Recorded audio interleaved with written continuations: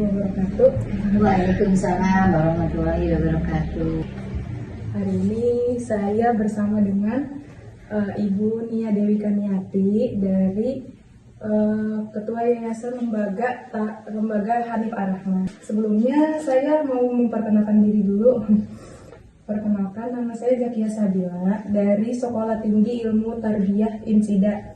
Di sini kebetulan saya mendapatkan tugas, yaitu tugas wawancara dari mata kuliah ilmu kependidikan yang berkaitan dengan keguruan. Ya, baik. Sebelumnya Ibu bersedia untuk saya wawancarai? Ya, silakan. Ya. Oke, baik, terima kasih Bu. Selanjutnya langsung saja. Di sini ada beberapa pertanyaan mengenai tentang keguruan. Sebelumnya boleh Ibu perkenalkan diri sekaligus dengan latar belakang Ibu sebelumnya.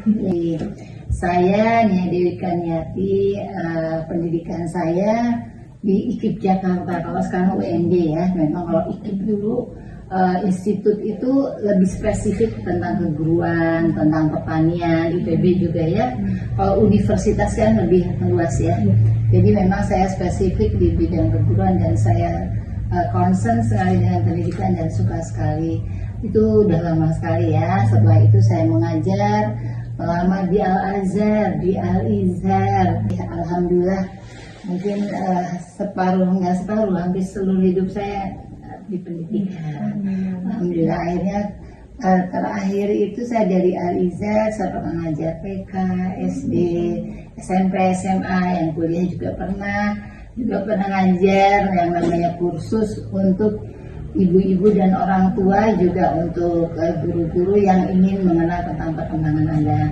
Saya ambil jurusan psikologi pendidikan, lalu melanjutkan lagi S2-nya di Universitas Indonesia untuk psikologi perkembangan. Dan saya paling lama ngajar di Al-Izhar Pondok Labu ya. Dari sebagai guru, juga sebagai konselor. Dan alhamdulillah setelah itu saya pensiun dini dan menjadi konsultan di khusus untuk bidang pendidikan ya, di HSKS atau Homeschooling Kaseto, terus di Hanifah Islamic School di Pamulang. Dan sebetulnya bukan mengajar ya, tapi lebih banyak belajar. Karena dengan mengajar dan sharing ilmu itu kita jadi belajar dan mengajar. Dan saya mungkin suka juga mengisi training atau seminar yang berkaitan dengan parenting dan pendidikan. Tujuannya cuma satu ya, mudah-mudahan ilmu yang dititipkan Allah itu entah banyak atau sedikit bisa lebih bermanfaat dengan sharing-sharing tadi. Dan sekarang sudah, kalau rumah Quran sudah lama juga ya, hampir 12 tahun. Rumah Quran Hanif Ar-Rahman, dan sekarang ada Tasaku ya, Taman Sahabat Quran untuk bidang pendidikan TK. Itu karena menurut saya fondasi dasar pendidikan itu di usia dini ya. Jadi kalau usia dininya bagus, pendidikannya kuat, insya Allah kita sudah meletakkan dasar yang kokoh untuk pendidikan selanjutnya. Sudah ya. Baik, terima kasih. Selanjutnya motivasi Ibu sehingga Ibu bisa terjun ke dunia pendidikan itu apa? Yang utama itu membangun manusia itu ya dari pendidikan. Dan saya merasa dulu gitu ya, saya melihat keberhasilan seorang itu dilihat dari bagaimana dia terdidik atau enggak, lalu bagaimana pola asuh orang tua. Saya punya tekad sejak kecil ya, nggak apa-apa, saya merasa tidak puas aja dengan melihat kondisi mungkin situasi di lingkungan. Ada anak yang terdidik, ada yang bisa sekolah, ada yang enggak, tapi kan semuanya harus punya kesempatan untuk punya pendidikan yang baik. Lalu saya melihat juga kok banyak orang tua yang sibuk bekerja, anaknya di rumah nggak membantu. Gimana jadinya kalau pendidikannya tinggi orang tuanya tapi anaknya tidak terdidik? Oke lah, misalnya di sekolah yang bagus mahal, tapi itu nggak cukup. Jadi menurut saya ilmu pendidikan tuh dasar sekali bagaimana membentuk manusia gitu ya. Dan kenapa saya kemudian konsen ke pendidikan Islam, karena saya melihat mau pelajaran pendidikan apapun kalau tanpa pedoman yang jelas, acuan yang jelas, dan Al-Quran itu pasti yang paling lengkap. Makanya saya berniat untuk ajar. Dan sebagai perempuan, kalau menurut saya bidang yang paling tepat itu pendidikan. Satu, yang kedua, mau apapun kita, semua orang itu harus jadi pendidik. Sebetulnya kan, ya mau dia jadi dosen atau mau dia jadi dokter, tapi kan fondasi utama harus jadi mendidik anak dan sebagainya. Karena itu saya sungguh-sungguh sekali menggeluti ini, dan kuliahnya saya pilih untuk semuanya di bidang pendidikan. Gitu. Lalu menurut Ibu, kan ada beberapa kode etik untuk seorang guru. Nah, menurut Ibu itu bagaimana dengan kode etik seorang guru itu tersebut? Iya, mungkin itu juga yang membuat saya milih jadi guru ya, karena mau nggak mau seorang guru itu harus terjaga. Artinya sebelum kita ngajar kita harus menjaga dulu, karena kita agak sedikit dipaksa untuk punya perilaku yang baik, akhlak yang baik, karakter yang baik ketika kita mau menjadi guru.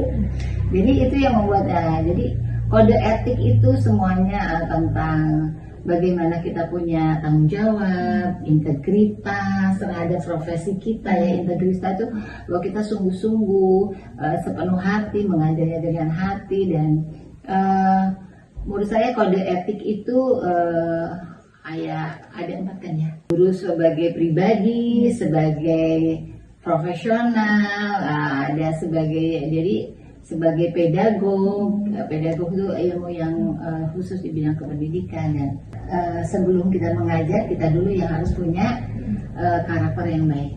Dan itu kode etik itu penting banget untuk dilakukan. Ketika melihat seorang guru yang melanggar kode etik itu, menurut Ibu bagaimana ya? Sedih maksudnya gini, gimana kita mau menghasilkan anak bangsa yang baik, anak-anak yang terdidik, kalau ada yang seperti itu. Sedihnya ini berarti di dalam melakukan pendidikan ya, atau pembelajaran ya tentang ilmu keguruan itu sendiri belum menjiwai. Kenapa mereka menjadi guru? Ada yang menjadi guru, yang penting ada kerjaan, ada itu. Jadi padahal tanggung jawab kita yang nomor satu adalah amanah kepada Allah, amanah kita sebagai guru, amanah kita sebagai orang tua, amanah kita. Jadi kalau menurut saya nomor satu harus ditanamkan keimanan dulu seorang guru itu, keyakinan dia bahwa setiap apa yang dia lakukan itu dilihat Allah dan sebagainya. Jadi mungkin itu yang mungkin dengan perkembangan zaman, media sosial dan sebagainya, banyak guru-guru terpengaruh oleh gaya hidup hedon. Makin kesini saya merasakan itu, dan ya mungkin tekanan lingkungan juga ya. Jadi mudah-mudahan kakak-kakak yang sekarang belajar apalagi dasma yang memilih bidang keguruan, mudah-mudahan bisa menjadi agen-agen pendidikan yang bisa menjadi contoh untuk menjaga kode etik sebagai guru. Mudah-mudahan. Oke. Untuk guru yang profesional itu menurut Ibu bagaimana, dan apa saran yang tepat untuk saya bisa? Guru profesional itu adalah guru yang menyadari bahwa tugas yang diembannya itu adalah harus penuh dengan rasa tanggung jawab. Seorang guru profesional berarti dia harus banyak belajar. Satu, bahwa dia terus menggali ilmu. Artinya 4 ilmu tadi, 4 pilar pendidikan yang harus dikuasai guru itu mereka harus belajar. Jadi sebagai guru pribadi dan sosial itu apa aja, ilmu pendidikan itu pedagog apa aja. Lalu mereka juga harus secara pribadi ya menguasai ilmu pendidikan itu sendiri. Jadi ya harus belajar, harus terus menggali ilmu karena percepatan media dan sebagainya. Kita juga harus terus update ilmu. Jadi sarannya adalah jangan pernah berhenti belajar dan cari ilmu. Setiap ilmu yang kita dapat langsung kita aplikasikan. Dan guru profesional itu adalah ya tadi bekerjanya sungguh-sungguh, penuh tanggung jawab, punya integritas, mempunyai kepribadian yang penuh perhatian, empat, punya kepekaan dan kebudayaan yang tinggi, lalu punya visi. Harus punya visi guru itu. tujuan hidupnya apa, sebagai guru dia pengen apa yang dicapai dan punya misi. Jadi boleh saya ngajar tentang keguruan, saya harus menentukan dulu apa visi Anda menjadi seorang guru, apa misi Anda sebagai seorang guru, lalu itu udah apa yang akan Anda lakukan untuk mencapai visi misi seorang guru. Nah ketika itu ya berarti ya tadi harus belajar, apalagi ilmu pendidikan yang penting. Kalau untuk Islam ya belajar Al-Quran, banyak tadabbur Quran, dan banyak juga untuk kita mau membuka diri untuk ilmu-ilmu kekinian ya, media sosial kan sekarang banyak, dan harus mampu mengendalikan diri. Saya punya tanggung jawab sebagai seorang guru, jadi apapun kita menjaga diri untuk bisa berperilaku yang ya bagaimana layaknya kita disematkan sebagai guru, yaitu yang namanya guru profesional menurut saya itu ya. Jadi terus belajar dan menimba ilmu. Bagusnya kalau sambil kuliah kerja itu langsung praktek enaknya. Pasti Anda akan mendapatkan benturan atau masalah atau kesulitan, justru di situ kita belajar untuk naik lebih tingkat ketika punya masalah. Jadi ya, mudah-mudahan dikuatkan untuk istiqomah belajar, untuk terus menggali ilmu kepada siapa saja dan cari informasi sebanyak-banyaknya. Tapi nomor satu sebelum menjadi guru, jadikan Al-Quran pedoman dulu, lakukan itu. Dan kita kan berharap apa yang kita lakukan itu betul-betul nilainya ibadah gitu, dan itu dia kita harus menyempatkan waktu baca Quran, tadabbur Quran, sholat tepat waktu, karena insya Allah apa yang kita lakukan ada dampak yang positif buat murid-murid kita. Selanjutnya metode pembelajaran apa yang sering kali Ibu lakukan ketika metode yang seperti apa ya? Nomor satu adalah jangan ceramah, bervariasi. Metode pembelajaran itu active learning. Lalu apalagi active learning itu membuat anak aktif, lalu membuat anak terlatih untuk berpikir kritis. Deep learning kalau sekarang ya lagi istilahnya itu deep learning apa? Tidak selalu menjawab pertanyaan, tapi bagaimana kita menggali supaya anak punya kemampuan berpikir kritis, memiliki rasa ingin tahu.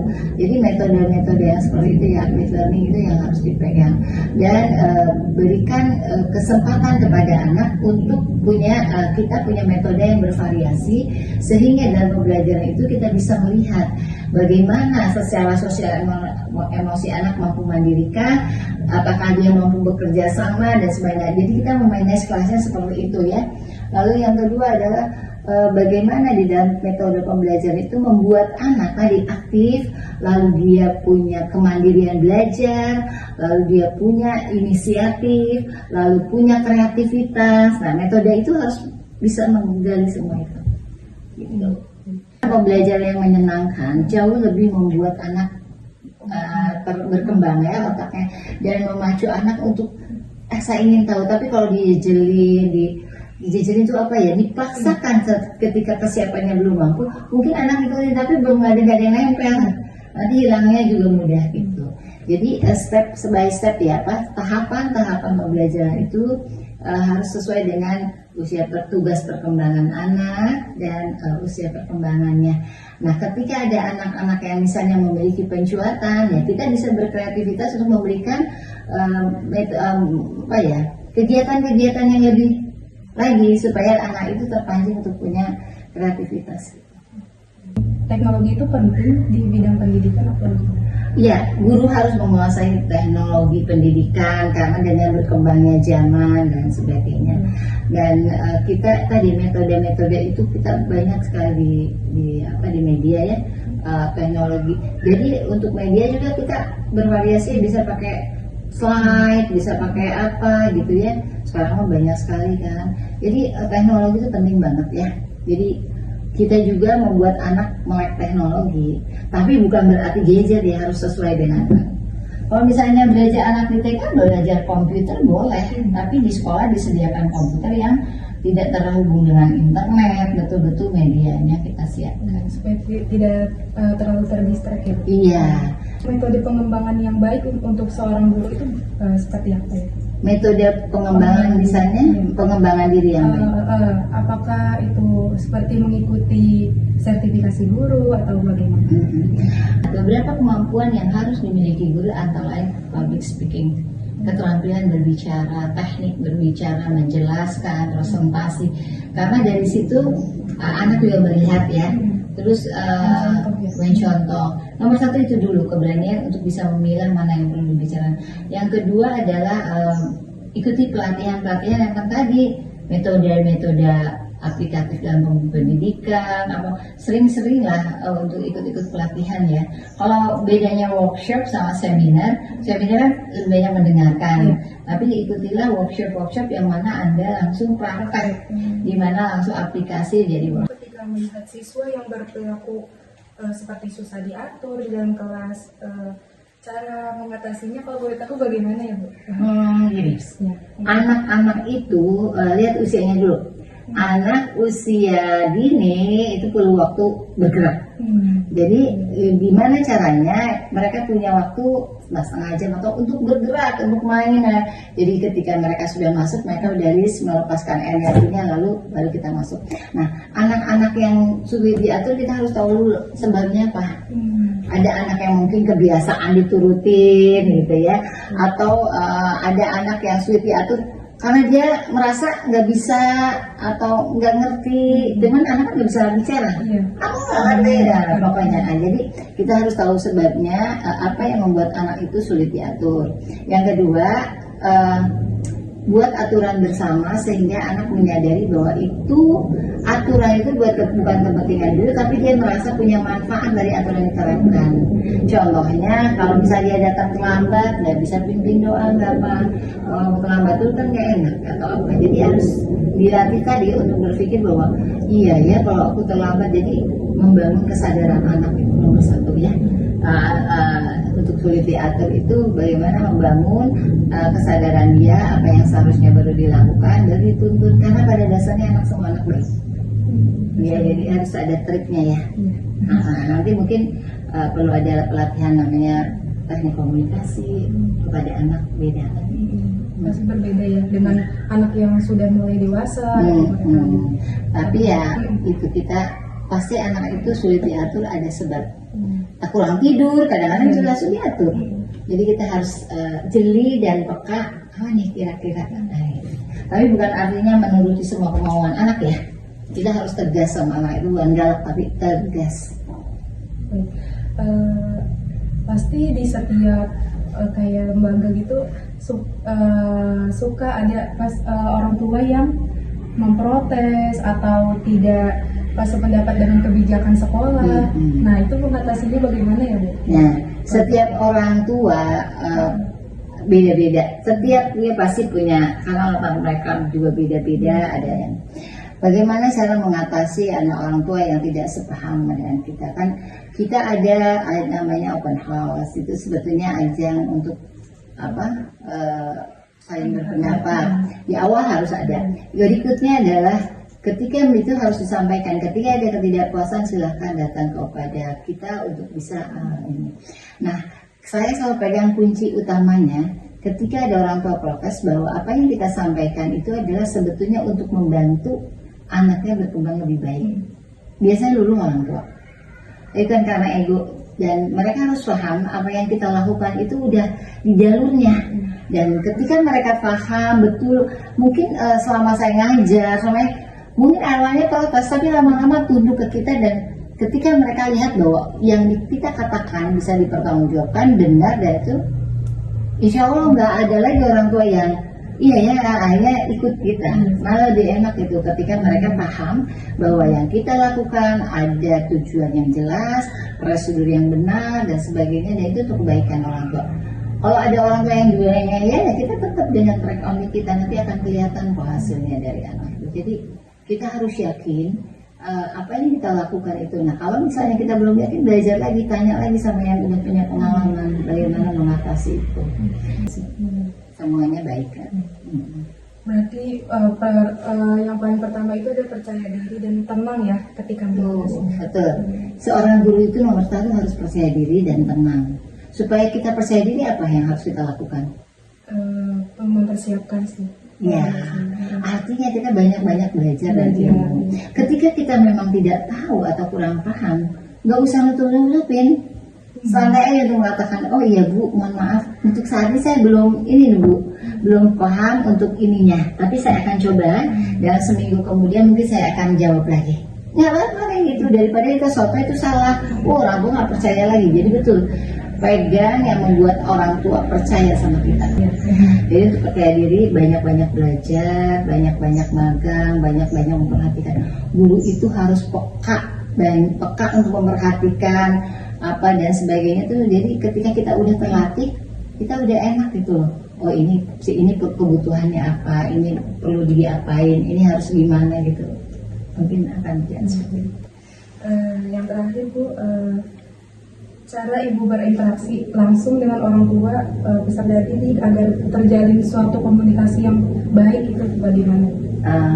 Saya biasanya bagaimana kalau di konseling atau apa ya, kita harus punya bonding apa ya. Bonding itu keterkaitan, kenyamanan. Jadi dari dasar tubuh, yang selalu saya upayakan supaya itu tadi mereka merasa nyaman dan merasa terbantu dengan kehadiran kita. Merasa nyaman bahwa apa yang menjadi kebutuhan mereka kita coba layani dengan baik gitu. Tapi bukan ketika mereka protes atau apa kita ikutin, enggak. Karena boleh jadi protesnya nggak tepat gitu loh. Dan ketika mereka itu, jadi kalau menurut saya supaya komunikasinya terjalin dengan baik, ya tadi kita juga nanya kabar kalau anak kita masuk. Jadi kita memang terus nanya kabar, Bu, bagaimana perkembangan anak dan ini. Kita juga boleh kok kalau memang ada masalah untuk tanya kebiasaan anak di rumah dan tadi ya kita juga, tapi ya perlu menjaga wibawa guru ya, jangan terlalu cewawaan, terlalu dekat, itu juga nggak boleh. Jadi ada tadi kode etik itu ada rambu-rambu yang kita nggak boleh sama orang tua kita. Bagaimana walau Anda masih muda, kita adalah guru yang tahu persis gimana anak di kelas. Kalau di rumah nggak terserah dia, tapi begitu di kelas saya menguasai anaknya Ibu, saya paham anak Ibu butuhnya apa, saya mengerti, pasti orang tua respect sama kita, insya Allah. Jadi kesimpulannya, jadi guru itu harus banyak belajar, terus komunikasinya juga lancar, apalagi dengan orang tua dan anak. Peka gitu ya Bu ya. Bertanggung jawab, punya integritas dan cinta dengan profesi guru itu. Karena orang udah sayang, udah suka, udah cinta, dia akan berusaha untuk mengembangkan apa yang dia cintai, betul nggak? Belajarnya lebih sungguh-sungguh, cari ilmu lagi. Pokoknya itu insya Allah kita akan jadi guru yang profesional. Ya, baik, terima kasih ya Bu. Mohon maaf mengganggu waktunya. Ya apa-apa, yang penting kuliahnya lancar. Mudah-mudahan Anda menjadi guru yang idola muridnya. Amin. Alhamdulillah, semoga saya juga bisa menjadi yang seperti Ibu guru, yang seorang guru yang profesional. Insya Allah. Ini ya. Baik. Terima kasih Bu. Ya, assalamualaikum. Waalaikumsalam warahmatullahi wabarakatuh. Ya.